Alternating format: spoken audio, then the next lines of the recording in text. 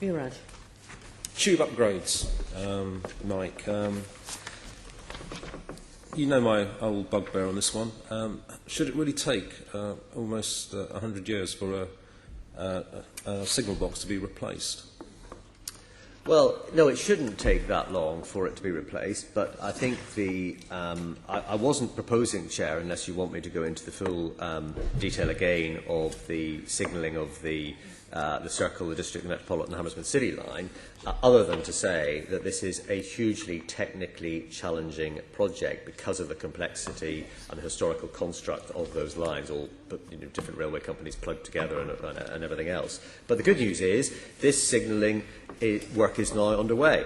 The really good news is, and I can reveal it here exclusively first, I think, that the new signalling has now operated one of the new S-Dock trains on our test track in Old Dalby in the Midlands very effectively. This is ahead of where we wanted to be at this stage. It's going very well. I spent 4 days the week before last in Hong Kong and Singapore looking and seeing how they are managing with the same contractor, the same supplier in terms of their re-signalling project, which is very similar to ours, to get, again, further confidence that other metros are taking that advice. I've been to see the technical work that's going on in Toronto from the signalling contract, as well as, of course, the work that's going on the ground in London. So we're making progress. This is going to be fantastic. This signalling will be introduced. It will dramatically increase the capacity on these lines, and if you look at the Northern Line and how seamlessly that was introduced with the new signalling, this is very similar technology. Well, Mike, I hear what you're saying, but the reality is we were expecting all that to be finished by 2018. Yeah. Now we're talking about 2023.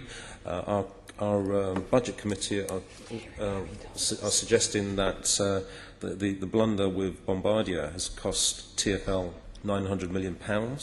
And we all know, or certainly those of us who use it, that actually if you sort out the signals down that end on the District line, on the City and Hammersmith line, on the Circle line, you could have more than a 40% increase on trains passing through. That's a much higher percentage increase on the system than Crossrail. Absolutely. Surely this should have been prioritised right from the outset. Well, it was. It was prioritised from the outset, and the simple fact was the previous contractor wasn't delivering.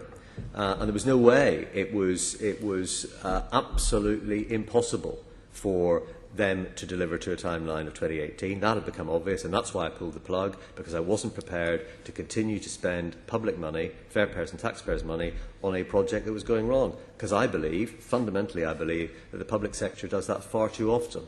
And I was prepared to pull the plug, do the right thing before we ploughed money into the physical infrastructure on the ground to any great extent, and to get on board with another contractor to get this delivered in a reliable and effective way to absolutely, as you say, deliver the capacity required. It's just that, I mean, if you compare it with other tube lines, and I'm not knocking them, the Victoria line was built in 1970 and has been upgraded already. Yes. In comparison to the system on the City and Hammersmith and the Circle line. But the other thing you should also realise, I did get some questions, the numbers of signal failures are certainly increasing on all three of those lines.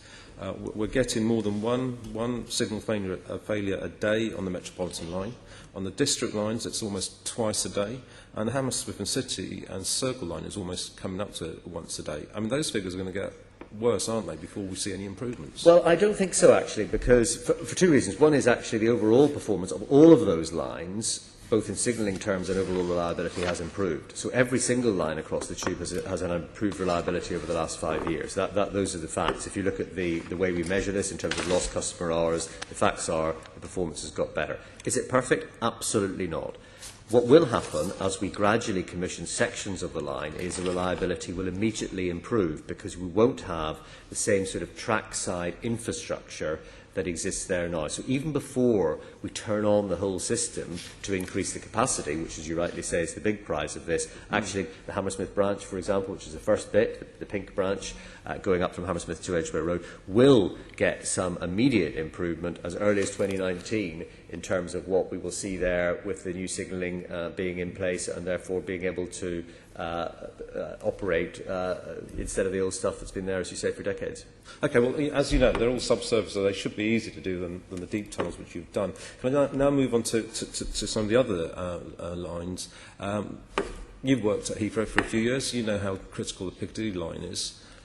What's the latest on the upgrade Well, there? the latest is that we're hoping to go out to an invitation to tender very soon for the procurement of the new trains for the Piccadilly line. That could lead into a full train order for 250 new trains for the Piccadilly, the Central and the Bakerloo line. So that's very exciting. We're not quite there yet in terms of pushing the button on that invitation to tender, but the pre-qualification stage has taken place, and we're therefore going to proceed with that. And then that will be accompanied by a procurement process for signalling, re-signalling of those lines as well. For the Piccadilly line specifically, the new trains and the new signalling will give us a 60% increase in capacity, so even more actually than the numbers you gave for subsurface.